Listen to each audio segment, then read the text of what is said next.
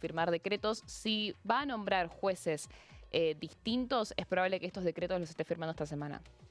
Ahora, si el nombramiento de jueces por decreto son del hijo de García Mansilla, como se preveía hace meses atrás, esos decretos ya estaban firmados. Bueno, va a haber definiciones sobre esto en estos próximos 5 días, porque ya si se acaba el periodo de receso, ya no va a poder nombrar a jueces por decreto. Por lo pronto, la idea es que esté la Corte completa sentada el sábado acá en el Congreso, cuando el presidente dé la apertura de las sesiones ordinarias. Así que esos temas esta semana van a ser trascendentales. Así que si bien hay receso en el Congreso, van a haber definiciones muy importantes de cara a lo que es el comienzo de este año legislativo. Hay mucha información legislativa, no para nunca la actividad. Por algo le dicen la caja de resonancia al Congreso de la Nación. Yo ahora tengo un pálpito, si les interesa, a mí yo tengo el pálpito de que no va a haber firma de decretos ahora. Seguramente la realidad probablemente me desmienta a lo largo de la semana, pero me da la sensación ahora, pero es sensación térmica, así que de que no va... Bueno, en el Senado piensan lo mismo de que guardan todo a ver qué pasa a lo largo del año y a fin de año de última vemos. En el Senado la oposición decía, esto lo hablábamos el jueves, cuando justamente en la sesión no pudieron incorporar el pliego de Ariel Lijo. Finalmente la del viernes no se convocó. Bueno, en ese contexto lo que decían desde la oposición es, vas a ver que no van a publicar nada por decreto porque saben que acá se los vamos a rechazar y no quieren una crisis institucional de los tres poderes. Sí. Y lo que decían también es, vas a ver que Horacio Rosati, el presidente de la Corte, no les va a tomar juramento. Esa es la posición que tiene justamente el peronismo, que está tan seguro. Yo puntualmente entiendo que desde Casa Rosada no contemplan seguir posponiendo. Hay dos cuestiones que son básicamente las que presionan sobre la urgencia de nombrar a los jueces de la Corte. Recordemos que están funcionando con 3 miembros. O sea, no hay posibilidad de mayoría, a menos que aceleren el mecanismo por conjueces, que es algo que ya lo habían anunciado cuando se retiró Maqueda. Pero en la Casa Rosada ven eso como no es lo óptimo, les cuesta pensar, lo dijo el jefe de gabinete Guillermo Francos, me cuesta pensar en una Corte funcionando con 3 miembros. Esa es también la urgencia.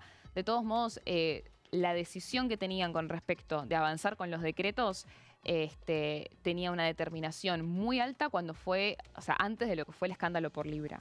Hay que ver cómo esto cambia el humor. Lo cierto es que la última palabra, por supuesto, la tiene el presidente de la Nación. Y eso es lo que va a decidir ahora. Sí, me parece que el presidente de la Nación y sus asesores, su entorno en términos jurídicos, está mirando el antecedente del gobierno de Cambiemos, cuando el entonces presidente Mauricio Macri había intentado designar a 2 jueces, a Rosati y a Rosenkrantz, por decreto. Ese camino quedó obturado, quedó trunco, generó incluso un costo institucional para el gobierno de Cambiemos y se terminó recalculando y finalmente se eligió otro camino institucional mucho más prolijo. Creo que está viendo ese panorama el gobierno de Javier Milei para no repetir ese error no forzado y poder encontrar una solución que sea más digerible por todo el sistema político. Así es, recordemos en esa oportunidad, bueno, en realidad nunca hubo decretos, pero todavía pasaron más de 4 años, 5 años y se lo siguen facturando lo que no pasó.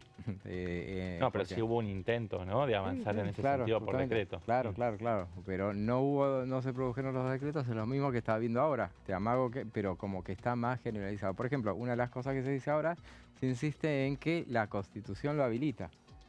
En ese momento ni se tuvo en cuenta que la Constitución lo habilitaba y se buscaron 1000 razones para pegar sobre una cosa que terminó no sucediendo, pero que sirve como antecedente, como tantas otras cosas, vale como antecedente para ahora el gobierno, y como bien decía Sebastián, tiene en cuenta qué pasó aquella vez para ver si da ese paso para ese lado o para otro lado. Sí, este es el gobierno que tiene una audacia diferente, lo ha demostrado con muchas cuestiones, con reformas que realmente van al hueso. Digo, la ley Bases es el ejemplo más paradigmático, pero bueno, tiene que medir, calibrar si vale la pena dar esta batalla al mismo tiempo que tiene que encarar una defensa comunicacional relativa al escándalo Libra. Digo, poder encarar los dos temas al mismo tiempo a veces es abarcar más de lo que se puede con los recursos con los que se cuenta. Así que es un gobierno al cual que se caracteriza por no escasear de audacia, pero hay que ver si tiene si tiene los recursos o los cartuchos necesarios para poder dar esa pelea en este momento. Y cuando decía de que a lo mejor se guardan la lapicera y esperan a ver qué pasa el tiempo, a ver qué es lo que sucede y si se deja latente esa posibilidad, digo también a propósito de lo que decían del escándalo de Libra y todas esas cuestiones, que también muchos se preguntaban qué pasará con si es conveniente dejar un juez lijo herido y enojado ya y al margen de la Corte Suprema, Sí. y ya invalidado porque designaste a otro, y también a un Ricardo Lorenzetti, también enojado en la Corte Suprema porque designaste a otro. Igual a otra persona. habría que Eso ver nada. en mediciones de enojo si le enojaría más al hijo que nombren a otro por decreto o que lo nombren a él por decreto. Claro. Porque yo creo que si lo nombran a Ariel Hijo por decreto, a sabiendas que es lo que, o sea, justamente él quiere evitarlo, Sí, pero hay un debate ahí con respecto de si tiene que renunciar a su juzgado o si se puede pedir una licencia, no, pero Sí, lo sí. que interpretan algunos sería como, bueno, después se viene la venganza del hijo, como si fuera un gesto hacia él, digamos. Sí, claramente no es la misma legitimidad ser nombrado a través de un proyecto, digo, a través del consentimiento del Senado, que por decreto de un poder ejecutivo que no deja de ser un gobierno de turno. Y que tiene el riesgo de que después el Senado lo rechace también. Tal Así cual. es. Pero bueno, hablábamos también del Fondo Monetario Internacional, por eso hablábamos de una gira exitosa, decía Sebastián, y en el sentido de bueno, los encuentros que tuvo el presidente de la Nación, así se puede considerar. Tuvo una fotografía con Kristalina Georgieva y también, bueno, el ministro de Economía dice que el acuerdo está cerca, de eso nos va a hablar Daniela. Sí, bueno, es uno de los temas que yo te diría que es muy probable que aterricen en el Congreso en estos primeros meses del año legislativo. Recordemos entonces que bueno, el presidente Javier Milei, acompañado por la secretaria de la Presidencia, Karina Milei, tuvieron su foto con la titular del organismo, Kristalina Georgieva, el jueves pasado durante su visita por Washington. Por ahora solamente se llevó la foto. Pero nada, si bien todavía no hay una fecha, no hay un desembolso confirmado, lo que sí aseguran es que es inminente. Y es inminente porque al gobierno principalmente, primero que tiene una cuestión de que el problema de las reservas del Banco Central tiene un tiempo muy acotado para resolverse. Pero principalmente al gobierno lo que le interesa es que esto tenga un impacto en la economía argentina de cara a las elecciones de octubre, ¿no? Ahora en octubre, porque justamente con la suspensión de las PASO que se sancionó la semana pasada en el Senado, bueno, esto va a darle más tiempo al gobierno a obtener mejores resultados. Es una de las cosas que de hecho se decía cuando fue el tratamiento de la suspensión de las PASO. El gobierno quiere que las elecciones sean en octubre y no haya una elección en agosto porque tiene más optimismo de que los números de la economía sean más favorables en octubre de lo que sería en agosto. Bueno, el objetivo principal del gobierno es conseguir los dólares, la inyección de dólares para salir del cepo, en línea, por supuesto, con la estabilidad cambiaria y la baja de la inflación. ¿Qué falta definir con respecto del acuerdo? Bueno, el ministro de Economía, Luis Caputo, habló de esto la semana pasada y hay varias cuestiones que son clave. La primera, por supuesto, como decíamos recién, es el monto. No hay precisiones todavía de cuánto va a ser este nuevo esquema, este nuevo programa con el fondo. Lo que él dijo fue que cree que va a ser lo suficiente para recapitalizar al Banco Central. Y se desprende de la cuestión del monto otro punto muy importante que es la secuencia de desembolsos, que es las cuotas. A partir de las cuotas, es decir, las cuotas, la forma de pago, los intereses, de eso va a depender la fecha de la salida del cepo, por eso es una cuestión muy importante. Y también falta definir si esto va a ser a libre disponibilidad o si va a ser un acuerdo que sea con un apoyo presupuestario con un fin específico. Esto quiere decir que libre disponibilidad, el Estado puede decidir para dónde van a ser destinados esos fondos. En cambio, con un términos de apoyo presupuestario, tiene un fin específico. ¿Querés, Dani? Vamos a ver ahora qué es lo que dice sobre el tema el ministro Luis Caputo. Estamos en los puntos finales. Te diría que lo único que estamos negociando ahora es el monto. El monto. Sí. Lo que son los términos económicos del acuerdo, estamos ya totalmente de acuerdo. Sí te puedo decir, como dije siempre, jamás pidió el fondo en ninguna reunión. Devaluar. Jamás, ni siquiera. Dólar a 1.400. Jamás pidió nada de eso, de ninguna manera. Están gratamente sorprendidos con todo lo que hemos hecho, primera vez que se topan con un país que se pone unas metas más estrictas que las que nos ponían ellos y encima las sobrecumplimos. Eso nos dio mucha credibilidad, tenemos mucho apoyo de toda la línea del BOR y de Cristalina, sobre todo. Cristalina es la número uno del... Estuvo con Sturzenegger en las últimas horas. El tema de las regulaciones, sí.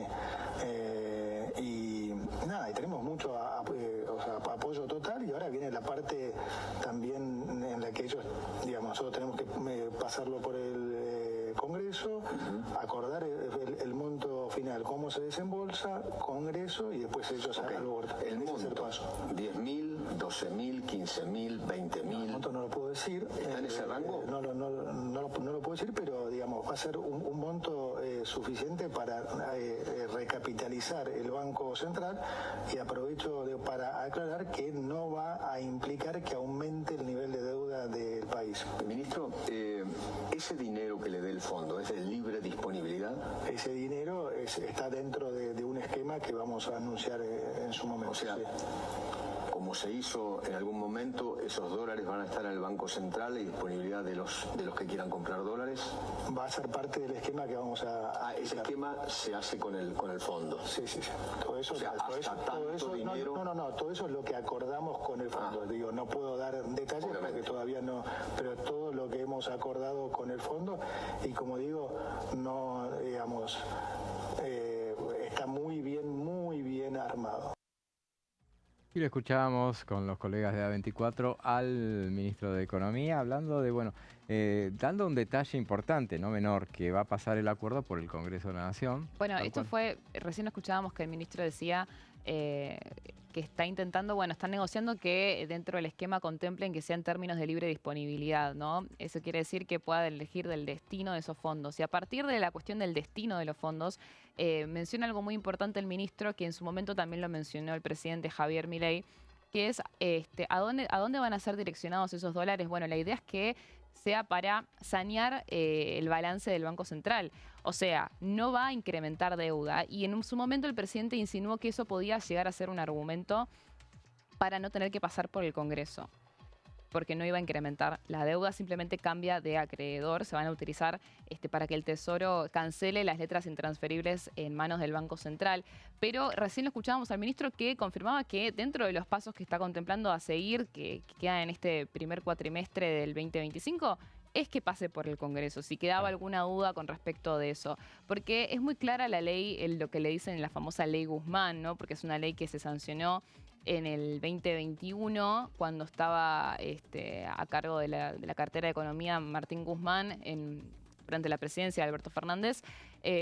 Ahí estamos viendo en la próxima placa, detalla que la ley de fortalecimiento de la sostenibilidad de la deuda pública, en el artículo 2 dice específicamente que todo esquema de financiamiento u operación de crédito público realizados con el FMI, así como también cualquier ampliación de los montos de esos programas u operaciones, requerirá de una ley del Congreso que lo apruebe expresamente. No hay lugar a dudas de que tiene que pasar por el Congreso. Y eso va a ser interesante específicamente porque es año electoral. Un diputado del peronismo al que yo le consulté sobre esto la semana pasada, hace poco, me decía, no hay forma de que Unión por la Patria le apruebe un acuerdo con el fondo del presidente Javier Milei. Es una cuestión ya directamente obvia para ellos. Y ni siquiera se lo votaron al gobierno anterior. ¿Te acordás? Bueno, la rebelión de la Cámpora y de sectores aliados, que representaban cerca del 35% del bloque, no le votaron a Germán Martínez el proyecto que había pedido Martín Guzmán. Exacto. Pero Así lo que menos que menos ahora con un gobierno de por signo... supuesto. No está en discusión directamente. Pero lo que sí me decía es, no veo por qué el resto tendría motivos para obstaculizar el tratamiento del acuerdo con el FMI en el Congreso. La verdad es que honestamente decía, no veo por qué el resto de los sectores políticos no lo aprobaría o intentaría obstaculizarlo. Incluso los diputados que ya se han desmarcado de la postura del kirchnerismo duro, como los catamarqueños, los santiagueños y algún diputado suelto más, también podrían ser seducidos por el propio oficialismo para lograr ese número necesario que le dé también un número que sea contundente y que sea una señal para el mercado, ¿no? Sí, particularmente porque es algo que el tema de la estabilidad cambiaria, el tema de la baja de la inflación, el tema de la salida del cepo, son todas cuestiones que definen el plan del gobierno. Sí. O sea, de este gobierno particularmente es la característica creo que más importante y en ese sentido no van a querer interferir de esa manera. De hecho, lo que me decían algunos diputados del peronismo es si esto no pasa por el Congreso, muy probablemente se judicialice y el fondo no le va a dar $1 al gobierno Claro. si este proyecto no tiene la aprobación parlamentaria correspondiente para poder llevar adelante este esquema. Lo que planteaba la semana pasada, entrevistamos acá a Dania Tabela, de Democracia para Siempre, que es el bloque radical más opositor, si se quiere, decía que no lo habían charlado como bloque todavía, pero que a priori lo que pensaba es que lo que van a fijarse es que no solamente contemple el déficit fiscal, sino que también contemple las problemáticas sociales. En esas cosas seguramente se estén fijando los distintos bloques que van a hacer probablemente campaña con esto seguro y que va a pasar por la Comisión de Presupuesto y Hacienda que preside José Luis Espert cuando ingrese al Congreso. Por supuesto, todavía no hay una fecha estimada para esto, todavía no tenemos fecha ni siquiera, o sea, no está cerrado el acuerdo, por supuesto, pero expectante saber si el presidente lo menciona en su discurso del sábado, si es algo que van a dialogar abiertamente desde Casa Rosada con el Congreso en los próximos meses. Lo que sí despliegan es que va a ser inminente y que se puede esperar que durante los primeros meses de este año sea algo que se debata acá. Sí. Vamos a ver la reunión que tuvo el presidente de la Nación la semana pasada en su visita ahí con Kristalina Georgieva. Y hay una gran diferencia, según sostienen desde el gobierno, que es que el préstamo de tiempos de Guzmán fue para hacer la deuda más pagable, era de 5 puntos del déficit fiscal. Y justamente la cuestión del fondo siempre pasa por ahí. En este caso, ahora el gobierno reivindica que no hay déficit fiscal y la renegociación en este caso es para estirar los tiempos. Esa es un poco la idea. Ahora vamos a una breve pausa y después seguimos con más plenario.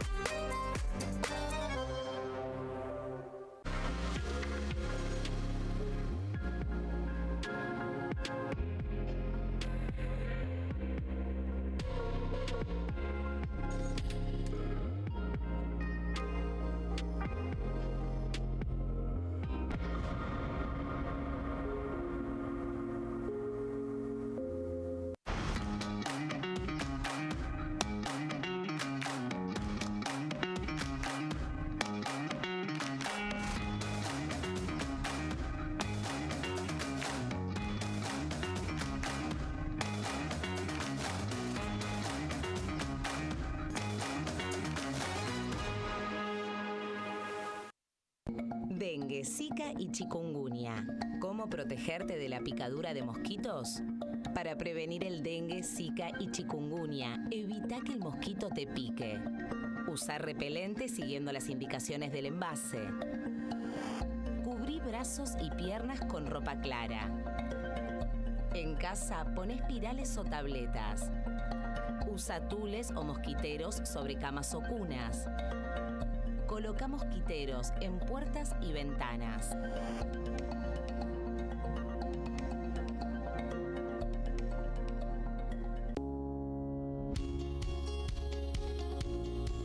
La Cámara de Diputados tiene 257 miembros.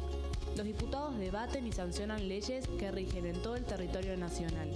Algunas de las más importantes son el presupuesto de gastos generales del Estado, el Código Civil, el Código Penal, la forma en que se rige el trabajo, las jubilaciones, entre tantas otras. Además, controla y hace un seguimiento de las políticas del Poder Ejecutivo a través de la visita de diferentes funcionarios o el pedido de informes, así como la posibilidad de realizar juicios políticos a los funcionarios. La duración de los mandatos de los diputados es de 4 años y pueden ser reelegidos indefinidamente.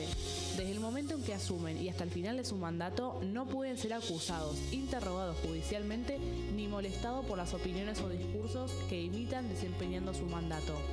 Son requisitos para ser diputado tener al menos 25 años, 4 años de ciudadanía argentina y haber nacido en la provincia por la que se postula o haber residido en ella los 2 años precedentes. Se agrupan en bloques que expresan partidos políticos o afinidad ideológica. Existen también los monobloques integrados por un solo diputado.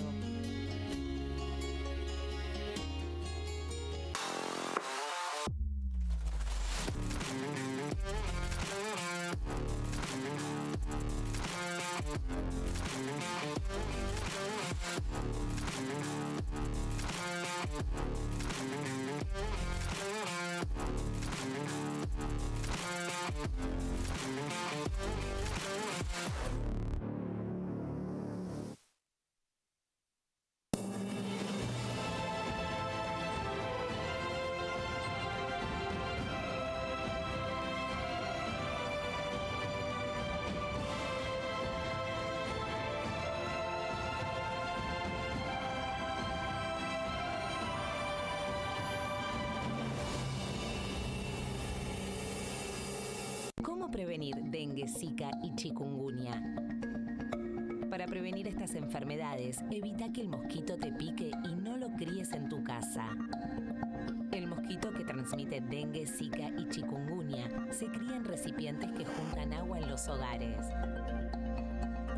Da vuelta o tapa los objetos que puedan acumular agua o eliminalos si no los usás.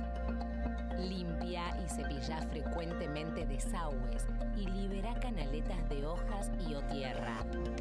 Evita tener plantas en floreros o frascos con agua. Limpia y rellena con arena los portamacetas.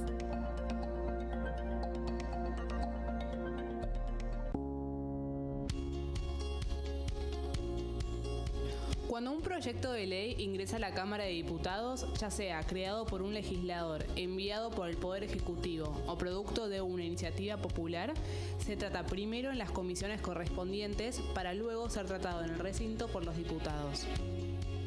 Las comisiones son el ámbito de análisis y debate sobre los proyectos de ley conformadas por legisladores de distintos bloques. Hay 23 comisiones especiales que tratan temas específicos como el atentado de la AMIA y 45 permanentes que tratan temas vigentes como educación y salud. Un diputado puede formar parte de varias comisiones.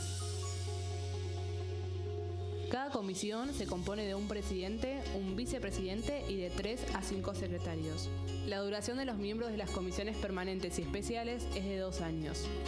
Para que la comisión funcione debe tener quórum, es decir, un mínimo de 15 y un máximo de 31 a 49 diputados. Las autoridades son elegidas por los propios integrantes de las comisiones, que a su vez son elegidos bajo consenso por sus propios bloques. Para que un proyecto sea tratado en el recinto, debe contar con el apoyo de la mayoría de los integrantes de esa comisión. Al finalizar una reunión de comisión, se dictamina sobre la pertinencia de tratar el proyecto en el recinto. El dictamen propone una resolución o decisión sobre una o varias iniciativas o proposiciones.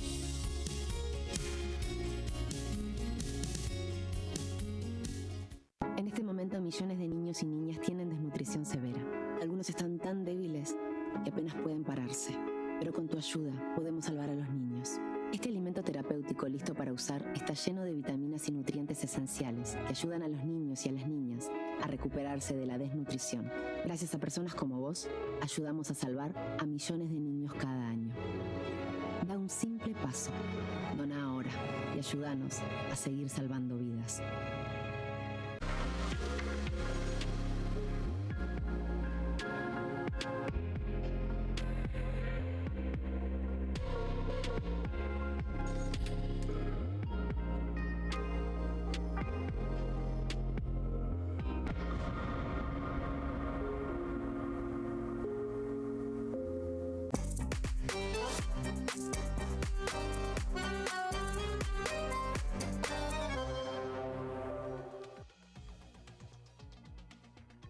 Y seguimos con plenario y bueno, uno de los temas del momento sigue siendo desde hace una semana, sigue siendo el tema de, bueno, el escándalo Libra que desató el tuit presidencial que tenía que ver con una token de criptomonedas.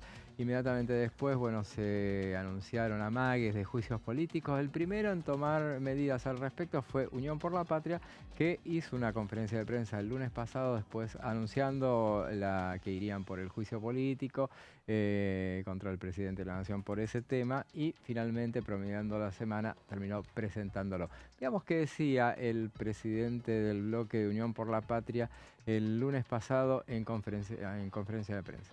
Estamos ante un escándalo realmente sin precedentes que tiene como protagonista al presidente de la Nación. Se ha generado una estafa de enorme escala que tiene justamente en Javier Milei a uno de sus partícipes necesarios. Después vamos a profundizar esto. Lo sucedido para nosotros es gravísimo, al menos desde el punto de vista legal, del punto de vista político, del punto de vista institucional, que puede tener consecuencias graves para la República Argentina. Es un escándalo que trasciende la frontera de la Argentina, que obviamente tiene una gran repercusión puertas adentro, pero también en el plano internacional. Esta estafa es una noticia que hoy se está analizando en forma global. Vamos al presidente del bloque de Unión por la Patria, bueno, que flanqueado por Carolina Gaylar, Vanessa Sile, bueno, dio una conferencia de prensa con todo el bloque de UP presente para anticipar lo que sería la presentación del pedido de juicio político. De ese proyecto nos va a hablar Sebastián. Sí, José, fue una conferencia de prensa muy nutrida. Estuvimos allí junto con muchos de los colegas y de las colegas cubriendo esa conferencia. Como decís, Germán Martínez tomó el protagonismo, pero también estaba al lado de él Carolina Gaylar, que explicó el mecanismo del juicio político, el recorrido y el procedimiento más desde el punto de vista técnico. Porque ¿Tiene expertise? Tiene expertise porque ella fue quien encabezó la comisión homónima durante el año 2023, cuando se intentó sentar en el banquillo a los jueces de la Corte Suprema por una serie de causales. También estaba Ramiro Gutiérrez, que está muy interiorizado en esta cuestión, fue uno de los que tomó la palabra y, bueno, un poco adelantaba algunas de las reflexiones, Germán Martínez, sobre, bueno, la desacreditación que supone el caso Libra del Estado argentino en términos internacionales y también de las pérdidas en términos patrimoniales, ¿no? Y el impacto económico que puede llegar a tener. De hecho, al día siguiente del estallido del caso Libra hubo una reacción a la negativa de las acciones de las empresas argentinas. Al día siguiente el mercado corrigió, pero parcialmente, ¿no? Llegando a recomponer las pérdidas del boom inicial.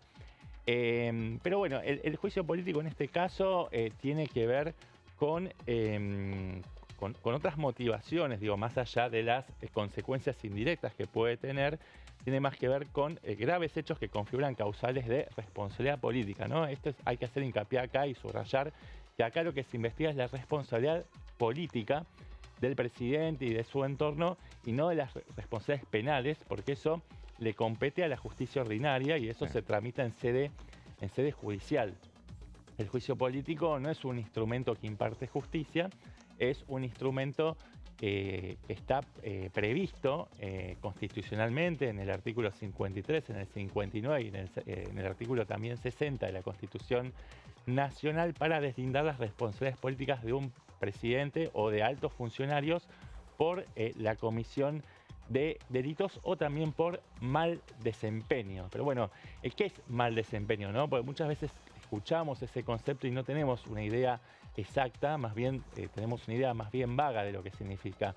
Bueno, en el proyecto, en los fundamentos del proyecto de Unión por la Patria, esto está bastante detallado. Ellos hablan de mal desempeño como sinónimo de desviaciones en el ejercicio del poder, ¿no? Cuando hay una desatención de los estándares de legalidad, del principio de imparcialidad y del principio de buena gestión, ¿no? En este caso, por la participación de Javier Milei en el lanzamiento de un emprendimiento que terminó mal y que generó pérdidas miles de dólares para 40.000 usuarios, más o menos, se habla bueno, de una responsabilidad política de parte del presidente que obró, según la denuncia, ¿no? Siempre hablamos en condicional porque no me estoy montando sobre la denuncia, sino que estoy reproduciendo los términos de la denuncia. De lo que se habla es que el presidente obró para favorecer un interés privado en perjuicio del interés general, ¿no? Ahí el presidente se defendía en la entrevista y decía, bueno, que él en todo caso actuó como economista, ¿no? Como economista en el marco de un contrato entre privados, claro, con un problema quizás de disociación, ¿no? Porque claro, uno es presidente de las 24 horas del día y cuando fomenta una actividad a través de las redes sociales, nadie puede desconocer que es el presidente de la nación, que tiene una investidura y eso obviamente induce a ciertos comportamientos a inversores o a potenciales personas que son seguidores y que toman su palabra como una fuente de autoridad. Ese es un poco el núcleo de la denuncia de Unión por la Patria, de que el presidente dotó de legitimidad a una maniobra que terminó en una mega estafa, dicen ellos, ¿no? Que no pudo haberse consumado la estafa sin el eslabón fundamental de la participación en la difusión, dice el presidente, la difusión, no la promoción de este emprendimiento de criptoactivo, ¿no? A partir de un modo de funcionamiento que vamos a ir viendo un poquito más adelante. Pero bueno, ¿qué es un juicio político? Te preguntarás. Un juicio político es un mecanismo constitucional que otorga al Congreso facultades extraordinarias para determinar las responsabilidades políticas de un funcionario de alto rango por posibles delitos cometidos durante la función pública. Decíamos recién que no es un juicio penal porque no se ocupa de impartir justicia, pero sí se constituye la Cámara de Diputados, de acuerdo al artículo 53 de la Constitución Nacional, como Cámara acusadora ante el Senado. Son 31 integrantes, y los representantes llegan a ser designados como tales a partir de un criterio de proporcionalidad. Así que bueno. Sí, ahí veamos entonces, recién lo mostrabas y sí, contabas lo que decía Ramiro Gutiérrez, veamos lo que decía durante esa conferencia de prensa del lunes pasado. El presidente es una persona que hoy está confundiendo su rol, lo ha desvirtuado y nosotros necesitamos en esta casa, frente a una persona políticamente expuesta, que ha gerenciado un puente de oro para que muchas personas puedan ingresar a lo que a todas luces parece ser una acción defraudatoria de todas las explicaciones. Vamos a Ramiro Gutiérrez y ¿cómo sigue el juicio político? Sí, bueno, el juicio político, en realidad hay un proyecto que fue presentado el jueves a última hora por Unión por la Patria, tiene que ser votado, por supuesto. Hay pocas posibilidades de que tenga una recepción en el resto de los bloques políticos, no hay demasiado ánimo de acompañar esto. En todo caso, podría llegar a haber algún tipo de coordinación con el resto de la oposición que conforman, no sé, la coalición cívica, la izquierda, Encuentro Federal, para lograr un emplazamiento a la Comisión de Asuntos Constitucionales para la formación de una comisión investigadora, pero realmente la posibilidad de que haya una comisión, que se active la comisión de juicio político para emprender este procedimiento que tiene como desenlace natural, y esto es importante decirlo, la remoción del funcionario en caso de que se identifiquen esos cargos formulados y se pueda echar luz y que se comprueben. Digo, el curso natural, el resultado sería la remoción. Esto obviamente tiene un resultado institucional muy grave, ¿no? Y claro, es de una envergadura que no todos los espacios políticos comparten la idea de generar semejante sismo, ¿no? en el país. Y por eso creo que está condenado a naufragar este proyecto. De todos modos, Unión por la Patria tiene esta postura, no iba a dejar de decirla y bueno, ellos sentaron posición, pero es más testimonial que otra cosa porque realmente no hay, por la composición de fuerzas que hay en el Congreso, no hay demasiadas posibilidades. Sí, podría llegar a haber la formación de una comisión investigadora, que es lo que fracasó en el Senado, pero se necesitan la mitad más uno de los votos y no está tan claro que la oposición pueda conseguir esos votos teniendo en cuenta la renuencia que demostró el radicalismo, ¿no? Bien. El radicalismo emitió un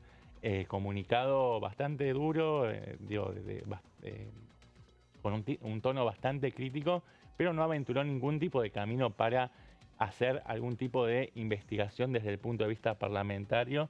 Me parece que al contrario, el único que quizás esbozó un intencional de ese tipo es Julio Cobos, pero es uno solo y no alcanzaría para llegar a la mitad más uno. No sé si eso más o menos responde a tu pregunta. Sí, veamos a ver qué es lo que decía la expresidenta de la Comisión de Juicio Político, que fue la que testimonió durante todo el año 2023 el juicio político que se desarrolló contra los miembros de la Corte Suprema. Carolina Gaylar, esto decía en la conferencia de prensa de Unión por la Patria.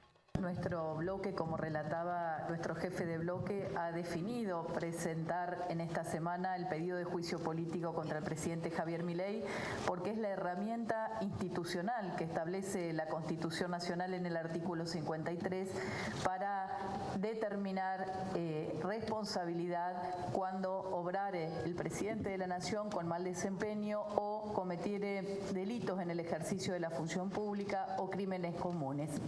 En ese sentido, la Constitución es muy clara y es la que habilita a investigar y determinar las responsabilidades en el marco del juicio político, que está regulado en el reglamento de la Cámara de Diputados, que establece que la Comisión de Juicio Político se abocará, su competencia principal, y este es el artículo 90 del reglamento, dice: compete a la Comisión de Juicio Político investigar y dictaminar en las causas de responsabilidad que se intenten contra los funcionarios públicos sometidos a juicio político por la Constitución.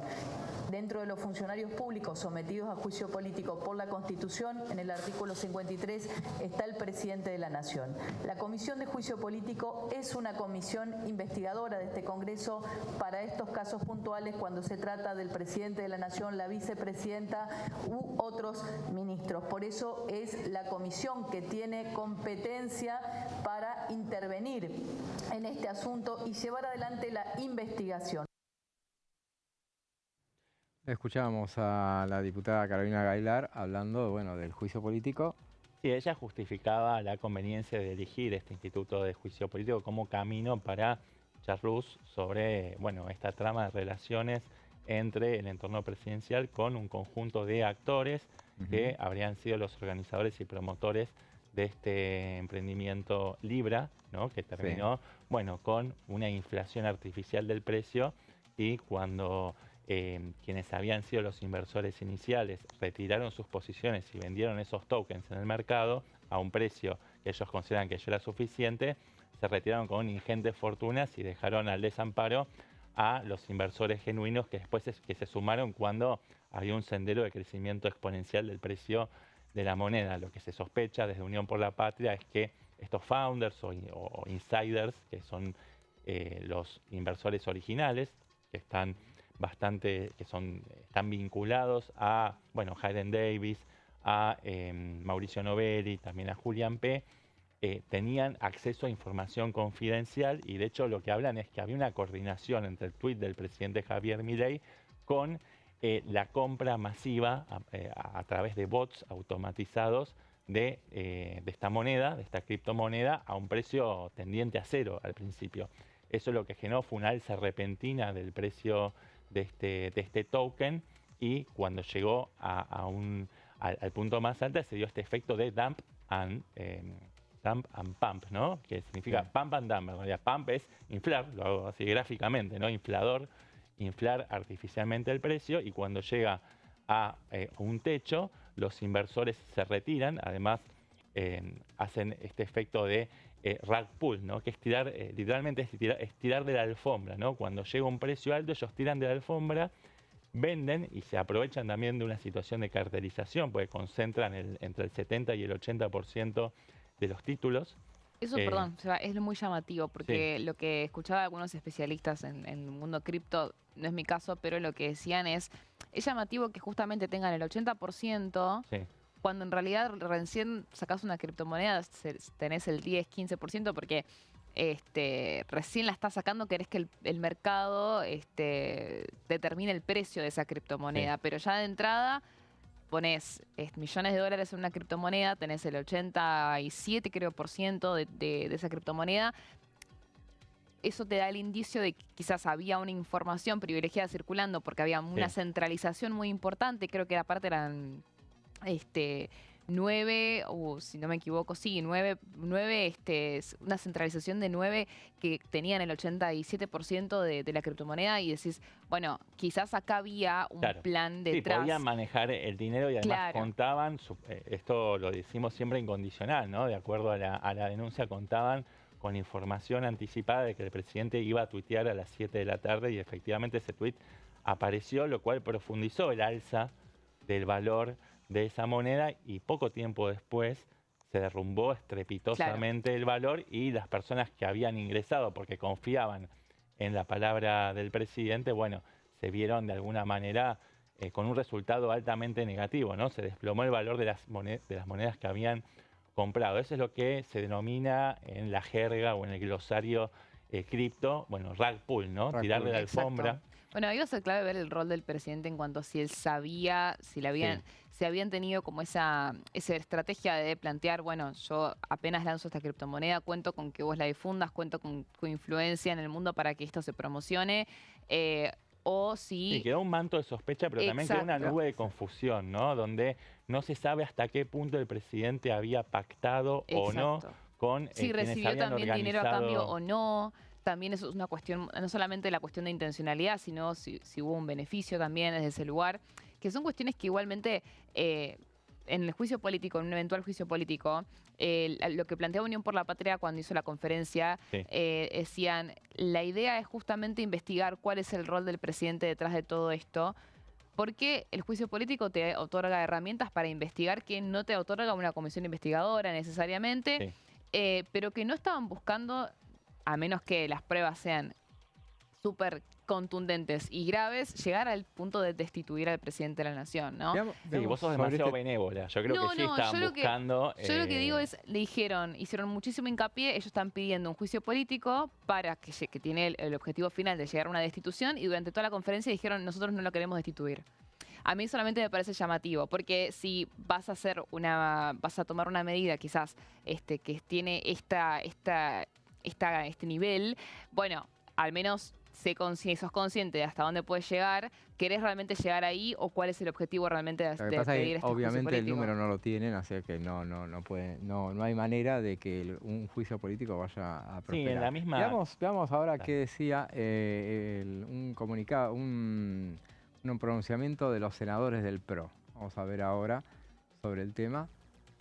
Bueno, dijo que la justicia debe investigar, el Congreso legislar. ¿A qué viene esto? Es la posición del PRO cuando justamente se opuso a la constitución de una comisión investigadora en el Senado de la Nación. Veamos otra de las partes que dice el comunicado. Bueno, la búsqueda de la verdad no debe prestarse a maniobras de oportunismo político. Lo expresó a través de un Twitter, de un posteo en la red social X, que ahora lo vamos a ver completo, que es el pronunciamiento de los senadores del PRO que se opusieron a la medida. A ver si lo tenemos a mano, si no, seguimos con el tema. A ver, bueno, es bastante más largo, pero bueno, esos son los detalles más profundos que donde ellos dijeron, nosotros estamos a favor de que se investigue y para investigar está la justicia. El Congreso está para legislar. Y a propósito de lo que hablábamos de las comisiones investigadoras que citaban y que es la alternativa más viable que puede llegar a tener, un detalle importante es que necesitan, porque mucho se dijo durante todos estos días, y bueno, a propósito de lo que había sucedido con el fracaso del intento de constituir una comisión investigadora, dijeron, bueno, no importa, lo vamos a hacer en el pedido ordinario y lo vamos a hacer con mayoría simple. Bueno, no, porque la semana pasada, cuando pasó esto, se necesitaban los 2/3 para habilitar el debate, en efecto, porque estábamos en periodo extraordinario, entonces era un tema que no había pasado por comisión, no tenía dictamen. Ahora, ¿qué es lo que dice el reglamento, en este caso del Senado? En el artículo 88, el reglamento dice, referido a las comisiones investigadoras, para la creación de comisiones especiales especiales mixtas, bicamerales mixtas e investigadoras, se requiere el voto de de las 2/3 partes de los miembros integrantes de la Cámara. O sea que siempre hace falta los 2/3. Y si solamente no se para consiguió, para emplazar la comisión, para en lo que es admitir... para crear la comisión. Para crear una comisión. Para crear la la comisión investigadora, lo leo claro. de nuevo. Para la creación de comisiones especiales hace falta los 2/3 de los... Ayer, el jueves pasado, cuando lo vimos en vivo, que vimos el resultado ese de 43 votos y dijimos, no le alcanzó, 43 Le a alcanzó 23. para admitir el tratado, o sea, la moción sobre tablas, Claro. pero no para crear la comisión.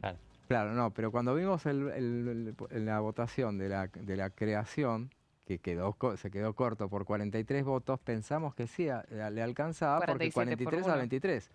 47, perdón. 47 a 23. ¿Pero por qué? Porque eran 48. Siempre tuvieron que ser 48 porque no eran los 2/3 de los presentes, No, del sino total.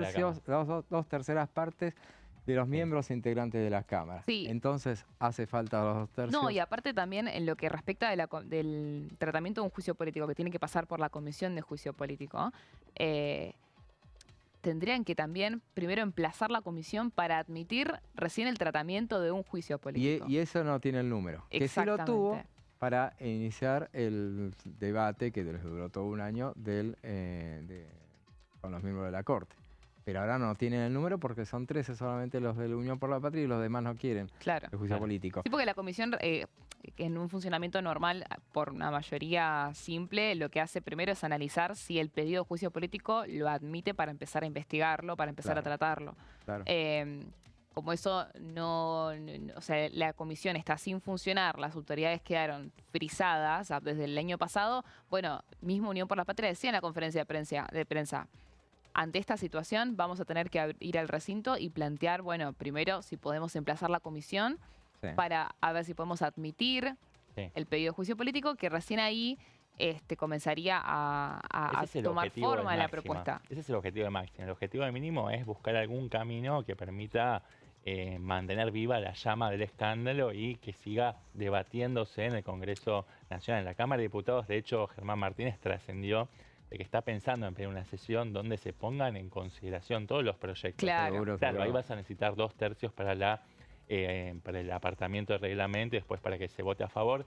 Va a ser casi imposible que eso suceda, pero se puede pedir el emplazamiento de la Comisión de Asuntos Constitucionales.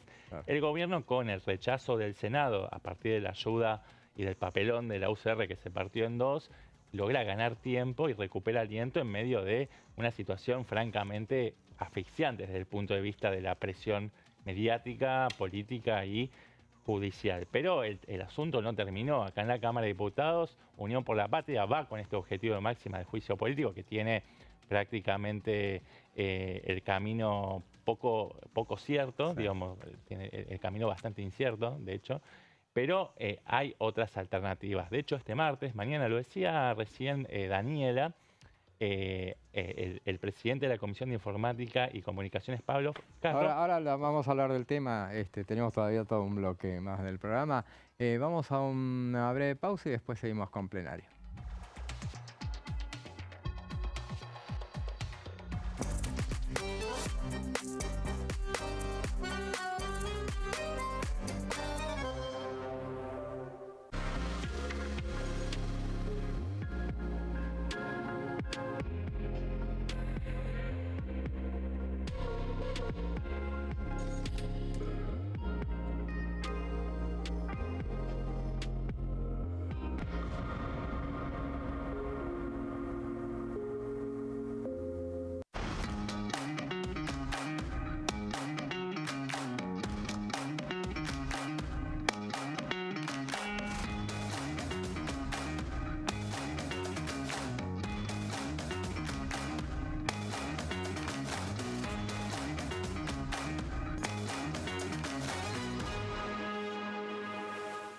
¿Cómo prevenir dengue, zika y chikungunya?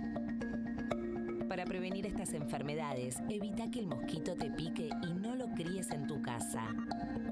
El mosquito que transmite dengue, zika y chikungunya se cría en recipientes que juntan agua en los hogares. Da vuelta o tapa los objetos que puedan acumular agua o eliminalos si no los usás.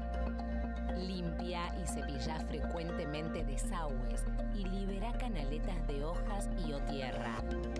Evita tener plantas en floreros o frascos con agua. Limpia y rellena con arena los portamacetas.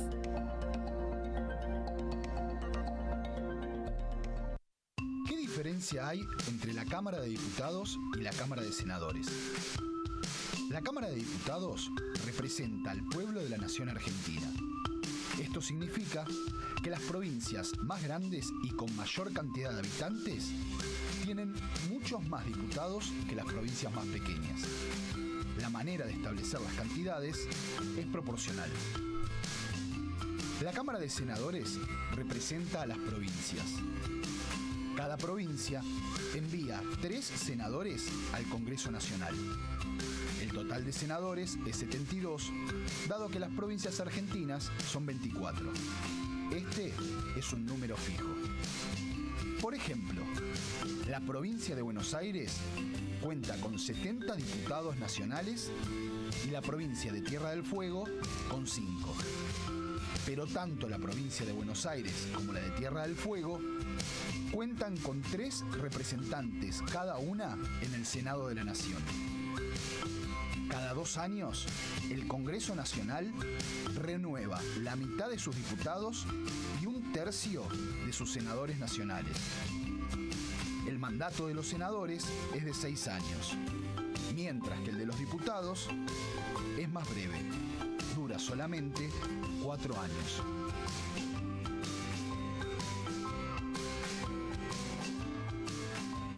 En este momento, millones de niños y niñas tienen desnutrición severa. Algunos están tan débiles que apenas pueden pararse. Pero con tu ayuda podemos salvar a los niños. Este alimento terapéutico listo para usar está lleno de vitaminas y nutrientes esenciales que ayudan a los niños y a las niñas a recuperarse de la desnutrición.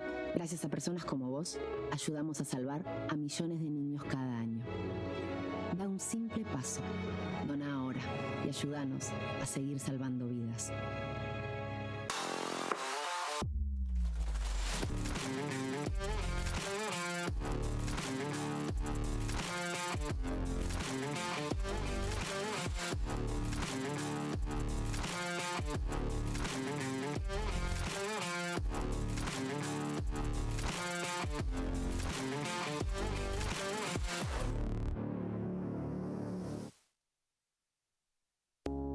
Las sesiones son el espacio donde los diputados debaten proyectos de ley para su aprobación, modificación o desaprobación.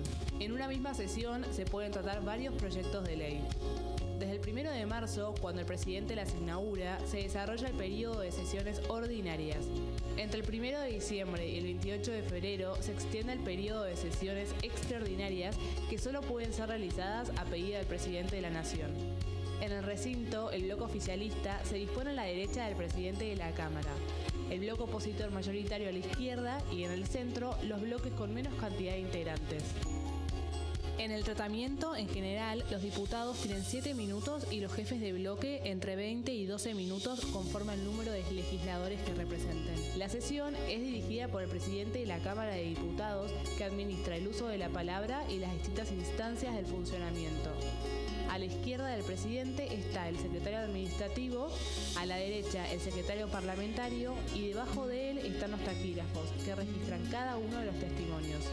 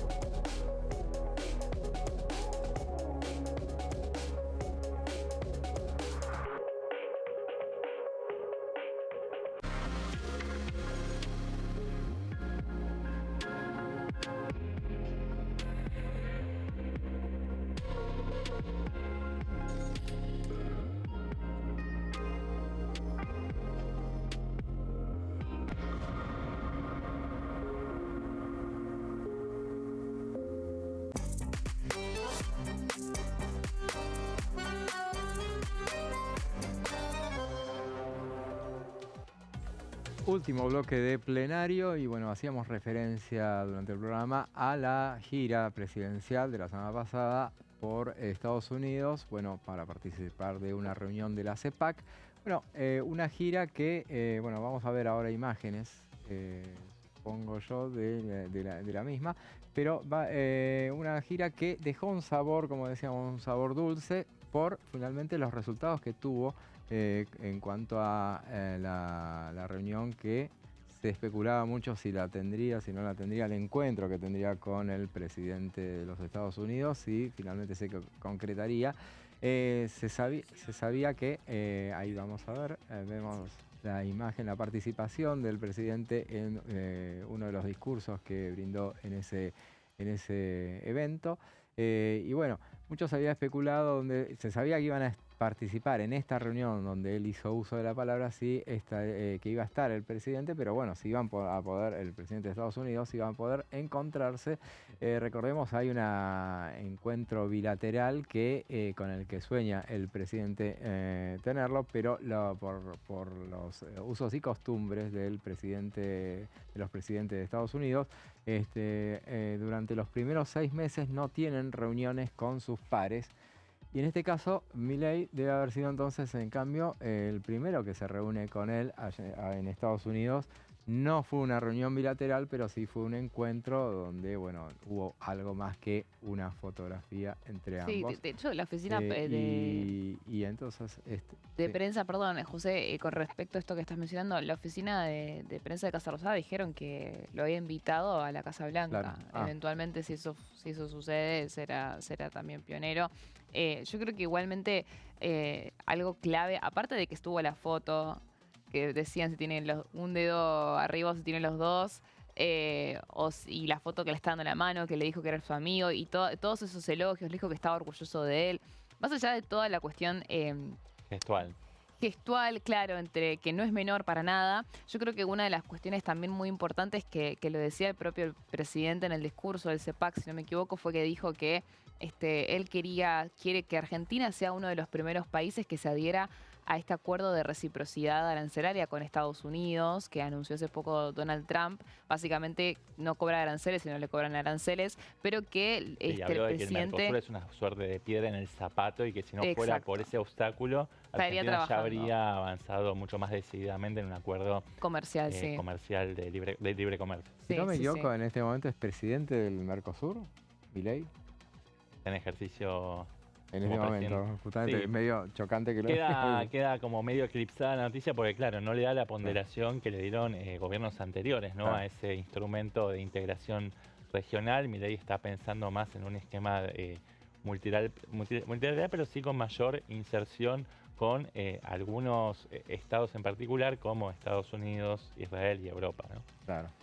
Tenemos entonces, claro, justamente el presidente también, bueno, tuvo a propósito de los dedos parados o no, algunos observan, bueno, estamos excedidos de gestualidad. Algunos observaron que Cristalina... También el regalo de la motosierra... No, pero digo lo de Cristalina, que Cristalina no apareció con los dedos pulgares también el fin de semana uno es más propenso a ponerse a fijarse esas cosas. ¿Me decías?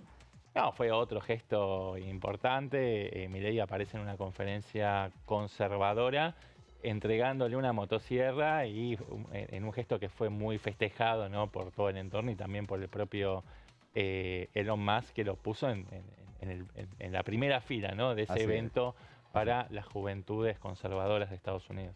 Y justamente veamos lo que decía Milei ante ese organismo de la CEPAC. Que describió en su libro En nuestro enemigo el Estado, que el poder social fue progresivamente arrebatado y trasladado al Estado por la fuerza. Nuestro objetivo es hacer el camino inverso, aumentar del poder del ciudadano y quitarle el poder al Estado.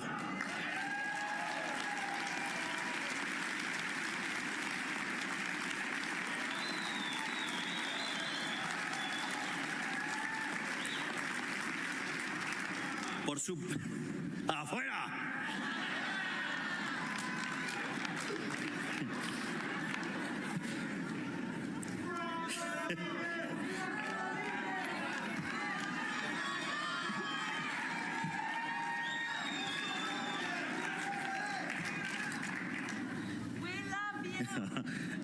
too.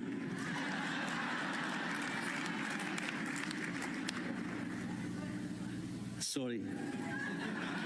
She's my girlfriend.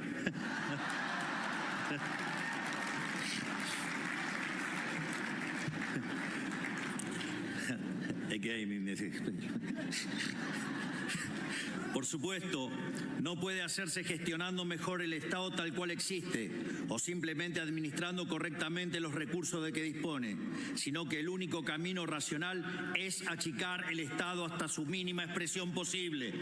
Reducir el tamaño del Estado es en sí mismo un acto de justicia, porque cada erogación del Estado es una sustracción del pagador de impuestos. Escuchamos a Javier Milei en la reunión de la CEPAC y ahora estamos en compañía con el diputado Oscar Agos Carreño, a quien le damos la bienvenida a nuestro programa. Gracias, diputado, por su visita. Gracias, José y equipo, por la invitación. ¿Qué balance, ya terminó extraordinarias, qué balance hace de lo que se hizo durante esas semanas de trabajo? Bueno, creo que se ha avanzado en algunas de las cosas que se propuso el gobierno, en otras no ha sido posible. Nosotros venimos pidiendo y creíamos que era muy importante trabajar el presupuesto, que era lo central que teníamos para discutir en extraordinarias, sobre todo después de que el gobierno abruptamente dio por cerrada esa discusión, pero bueno, lamentablemente el gobierno fingió demencia, nos fue llevando con otros temas, algunos que eran importantes, que estuvimos dispuestos a acompañar, como eran los proyectos que tenían que ver con temas penales, por ejemplo, que ustedes tanto han explicado aquí, pero bueno, hay un sabor amargo, imagino, al gobierno, porque no pudo resolver lo principal que quería, que era los pliegos de la Corte Suprema. Bueno, todavía está a tiempo de sacarlo por decreto, espero que no lo hagan, pero en definitiva creo que tiene un balance positivo en que el Congreso siguió funcionando, negativo en que no se trató el tema principal que era el presupuesto, y sobre todo que termina enchastrado, digamos, este proceso con una falta de explicaciones respecto del tema de la criptoestafa o de lo que haya sucedido. El gobierno no ha sabido explicarlo y eso hubiese sido quizás el Congreso el lugar ideal, quizás el 1 de marzo tenemos la oportunidad de que el presidente se dedique un tramo para dar explicaciones políticas al respecto, y si no, seguiremos insistiendo desde el Congreso para que el lugar institucional para dar estas explicaciones, desde no lo penal, por supuesto, sino desde lo político, sea el Congreso. Oscar, pensando en la agenda de lo que va a venir ahora en las sesiones ordinarias, una de las cuestiones que quedaron afuera del temario de las sesiones extraordinarias fue la cuestión de la privatización de Aerolíneas Argentinas. Y el tema de las privatizaciones de las sociedades anónimas ahora se está volviendo a poner en agenda. Yo le quería preguntar, yo me acuerdo que cuando fue el dictamen para privatizar Aerolíneas Argentinas, Encuentro Federal presentó un proyecto propio que era para que haya una privatización parcial, modo YPF, 49% mayoría accionaria del Estado, y que también lo que planteaban de su espacio es que el proyecto también contemple la instrumentación de cuál va a ser el procedimiento, que no quede a discrecionalidad del Estado Nacional. Entonces, lo que le quiero preguntar es, primero, ¿cómo ve que se vuelva a plantear la privatización de Aerolíneas Argentinas durante estos primeros meses? También tomando en cuenta de qué balance hace usted del superávit que tuvo Aerolíneas este tiempo, y si es algo que ustedes van a poner en agenda, si creen que puede llegar a tener futuro en la Cámara de Diputados. Bueno, el gobierno trajo este tema con la ley de bases al principio, fuimos nosotros los que, temas como el Banco Nación o Aerolínea Argentina, nosotros no dimos los votos para la privatización, sobre todo esa forma de privatizar, firmar un cheque en blanco. Digo que ni el menemismo, que fue el más exitoso privatizador de la historia argentina, lo planteaba de esta forma en el Congreso. Después volvió a la carga con ese tema de forma autónoma, y en ese marco nosotros, como bien decís, hemos presentado nuestra propia postura, que es tomar el modelo de YPF, que es quizás el más exitoso modelo que tenemos empresarial entre público y privado, donde la mayoría es del Estado, estratégico, y la minoría está en el mundo cotizando, y eso le da una robustez, y aparte estamos dispuestos incluso a conversar, le hemos dicho al gobierno que haya algún gerenciamiento privado que dé mejores y mayores garantías de un éxito económico. El gobierno en aquellos momentos nos organizó algunas reuniones acá en la Cámara, que es donde nosotros creemos que hay que tener estas reuniones. Vinieron digamos, el presidente de la compañía, vinieron técnicos, y la verdad que nos nos aclararon muchas dudas, nos explicaron muchas cuestiones. Entre ellos nos contaban de que estaban cerca de conseguir las correcciones para llegar al déficit fiscal. También nos contaban, bueno, los principales problemas, dónde estaban, que por una cuestión no lo voy a decir en la prensa, pero nos contaron con algún detalle técnico dónde estaban los puntos flacos a corregir. Bueno, en todo ese marco hemos logrado, o mejor dicho, lo que nosotros le decíamos, pero si están tan cerca de lograr el superávit, ¿para qué la discusión es destruir todo? Y bueno, era el momento donde estaba la pelea paritaria contra los gremios. Entonces le decíamos, porque vos no te podés poner de acuerdo con los gremios, porque no sabés conducir ese proceso, no es la solución salir a privatizarla. Discutamos la mejor forma de privatizar como algo estratégico, pero no salgamos corriendo por una pelea que tenés con los gremios. Después se arregló el tema con los gremios, hubo empate ahí y se sacó de agenda el tema y nunca más lo tomó el gobierno. Y después salió la noticia, que el propio gobierno la tira, que es, buena, che, logramos superávit. Bueno, claro. Celebro que hayan ido al lugar que nosotros proponíamos. Che, ya está muy cerca del superávit, logrémoslo y desde el superávit discutamos cuál es el plan de empresa que tenemos para adelante. Creo que lo mismo pasa con la confusión que genera ahora el tema de la privatización del Banco Nación. Mira, lo que nosotros hemos visto hasta ahora es la conversión en una sociedad anónima. Sí. La verdad que el que lo está haciendo es el mismo que participó de la conversión a sociedad anónima del Banco de Córdoba, que fue exitoso, y el Banco de Córdoba sigue siendo tan público como lo era antes, cuando era una sociedad del Estado.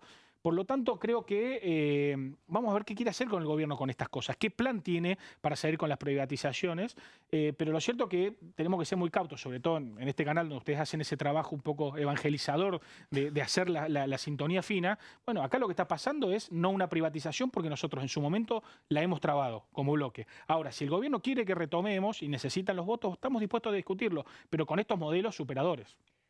Diputado, recién tocaste el tema YPF y hablando de modelos superadores, bueno, mencionabas a YPF como un caso testigo de una empresa, de un modelo de negocios exitoso, ¿no?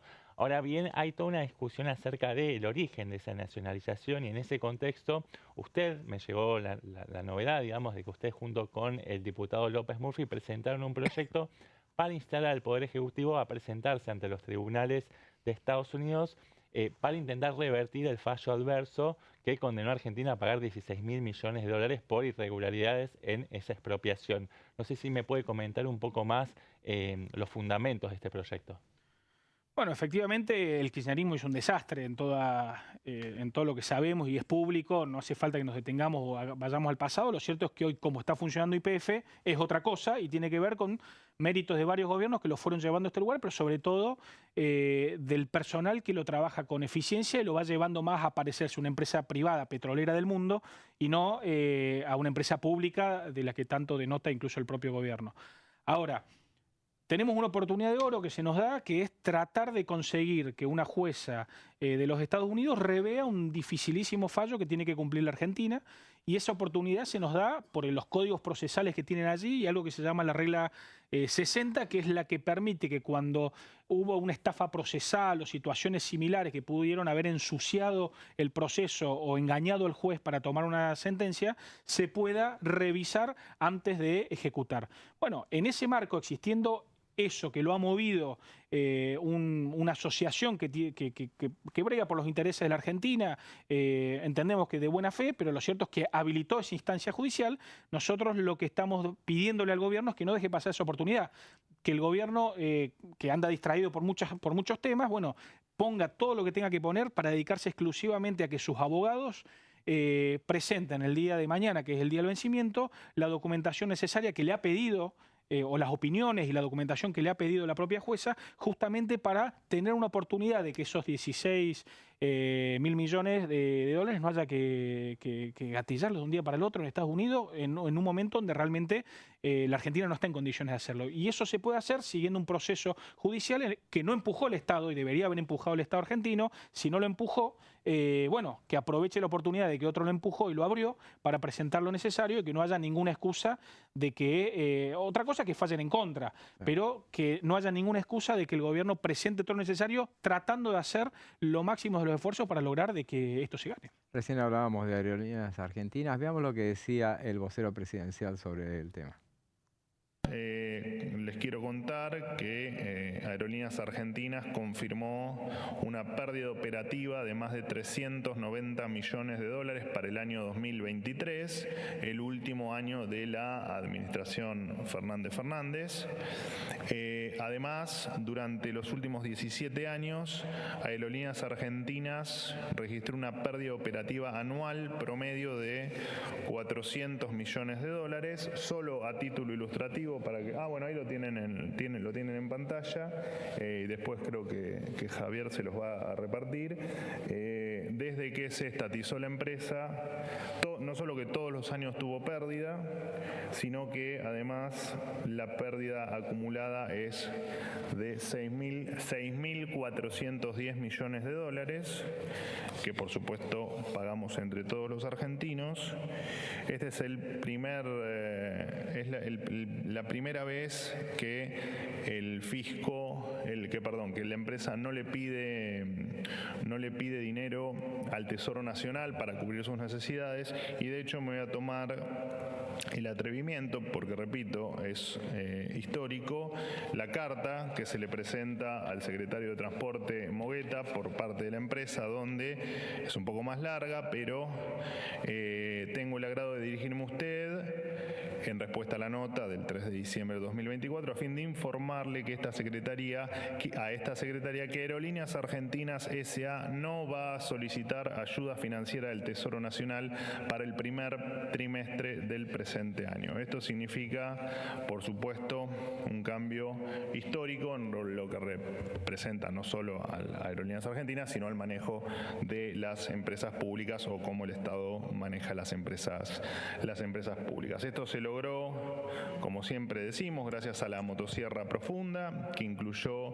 la reducción del 15% del personal de Aerolíneas Argentinas y la eliminación de 50 cargos jerárquicos, 8 direcciones, 20 gerencias, además de lo que hemos repetido en innumerable cantidad de oportunidades en esta conferencia, el fin de los privilegios de los que gozaban los pilotos, como pasajes gratis para sus familias en clase ejecutiva y los traslados en remises. Sanear las cuentas de toda empresa pública deficitaria es un paso indispensable para su irremediable privatización. Ahí le escuchábamos al vocero presidencial Manuel Adorni, y veamos el tuit que refería sobre el tema aerolíneas, sobre el récord histórico alcanzado, gracias a las desregulaciones. Enero 2025 fue récord en vuelos en Argentina, con más de 4,5 millones de pasajeros, menos trabas, más aviones en el aire. Es un poco lo que decía el diputado respecto de esto de que demuestra que cuando se quiere se puede. Es algo así más o menos con la aerolínea. Totalmente, digo, en sí las empresas públicas no son ni buenas ni malas, en el mundo funcionan, en general las aerolíneas suelen nacer como las grandes aerolíneas de bandera nacen como empresas públicas, como las petroleras nacen como empresas públicas en los planes de desarrollo de los países. Después, si funcionan o no funcionan, bueno, por eso nosotros siempre tomamos como ejemplo el actual YPF. Realmente son ejemplos de gestión que en el mundo funcionan. Aparte, tomemos el caso Banco Nación que hablábamos recién. Sí. El Banco Nación también, hasta donde sé, es superavitario, no le pide plata al Estado. Al contrario, hay un juego donde constantemente es más rueda de auxilio del Estado que al revés. Por lo tanto, seguramente que tiene muchas cosas para mejorar, es muy grande, realmente todos tenemos la sensación de que se podría mejorar hasta la atención en cada una de las sucursales, pero lo cierto que nosotros, por ejemplo, allá en la provincia de Córdoba, en el interior, el único banco que está al lado de los productores agrícolas en cada pueblo termina siendo el Banco Nación. Bueno, eso es un valor. Ahora, si lo podemos hacer superavitario, mantenerlo, creo que es muy bueno, y si el ropaje jurídico moderno es la sociedad anónima, yo en sí no veo ningún problema. Ahora, si veo un problema, si no cuentan atrás todo lo que hay atrás de eso, como también muchas veces nos pasó con el gobierno, que empieza siendo una cosa y termina siendo otra. Ahí había el presidente de su bloque, Encuentro Federal, Miguel Pichetto, suele decir que, bueno, le critica al gobierno que se limitó a conseguir el tercio, y está conforme con tener el tercio, y no buscó contar con las mayorías en ese caso. Ahora lo que nos dejó estas extraordinarias fue que consiguió mayoría, 144 votos, o sea, alcanzó mayorías. Esto es como si el gobierno lo estuviera, hubiera entendido cuál es el mensaje. Bueno, ¿Qué lo debe hacer? Primero creo que es bueno aclararle al presidente de mi bancada de que esta es una entrevista en vivo, porque no me deja ir a entrevistas editadas, ya que están en estos días están en boga. Pero realmente, a ver, lo que él decía en aquel momento también era con esto de que no pierdan, que busquen ganar, de que construyan, era como una recomendación de un hombre de Estado reconocido por todos. Yo creo que, a ver, tomar, por ejemplo, el triunfo o lo que se votó con el tema de las PASO, quizás es una isla dentro de todo, porque ahí tiene que ver con los intereses de toda la política. Digo, en definitiva terminamos discutiendo más temas de casta y de la política en extraordinarias que de la gente. Entonces es como una excepción. Después en el resto de los temas, bueno, también hay una racionalidad en determinados temas, pero solo han salido cuando se sentaron a la mesa a mejorar las leyes, incluye todas estas leyes penales que han salido. Ninguna de esas leyes salió tal cual vino y algunas eran bravísimas como estaban escritas. En la medida que el gobierno, como la ley Bases o como en otras leyes, esté dispuesta a mejorar sus textos, yo creo que es algo muy sabio. Ahora hay otra realidad. Fíjense ustedes que el año pasado, creo que salvo media sanción en la Cámara de Diputados y la ley de los incendios de Córdoba, no hubo una sola ley que salga de la oposición. Entonces creo que también el gobierno tiene que entender que los proyectos de la oposición sin costo fiscal los tiene que tratar. Digo, la agenda es del Congreso, no solamente del gobierno. Diputado, el Senado de la Nación tuvo una sesión después del estallido del escándalo Libra. Desde la Cámara de Diputados y desde la oposición, ¿están motorizando o están pensando en alguna sesión para cuando empiece el año parlamentario a partir del 1 de marzo para discutir los distintos proyectos que tienden a investigar, bueno, el accionar del Gobierno Nacional en el lanzamiento de este criptoactivo? Bueno, creemos que se perdió una gran oportunidad en el Senado, ya ustedes lo han cronicado seguramente, de qué es lo que pasó, pero lo cierto es que no pudo haber una comisión investigadora. Creo que el gobierno también debería ayudar a que haya alguna instancia para dar explicaciones, y el gobierno, de la misma forma que lo hacía el menemismo hace 30 años, que tuvo 3 interpelaciones el ministro Cavallo y otros ministros han venido al Congreso a dar explicaciones y se la bancaban políticamente, ponían la cara y explicaban qué había pasado, qué sucedía o dónde se iba. Bueno, yo creo que el gobierno tendría que haber ayudado en cualquiera de las dos cámaras a que esto se haga. Bueno, si no lo hacen, empieza a pasar esto, a tratar la oposición, incluso la dialoguista, de conseguir explicaciones, y el gobierno empieza a tratar vía los gobernadores y los bloques más amigos del gobierno a alejar la posibilidad de explicaciones. Bueno, lo cierto es que en la Cámara de Diputados vamos a seguir buscando explicaciones, no porque queremos que vuelva el kirchnerismo, no queremos hundir al gobierno, no queremos que se termine el gobierno antes, no queremos nada de eso. Lo único que queremos es que institucionalmente, mientras el presidente está tratado en el mundo, en muchos diarios, como estafador, venga acá y explique que no fue tal, políticamente qué es lo que sucedió, si hay algún funcionario involucrado, qué se va a hacer con él, qué se puso a disposición de la justicia, qué se está haciendo en el mundo,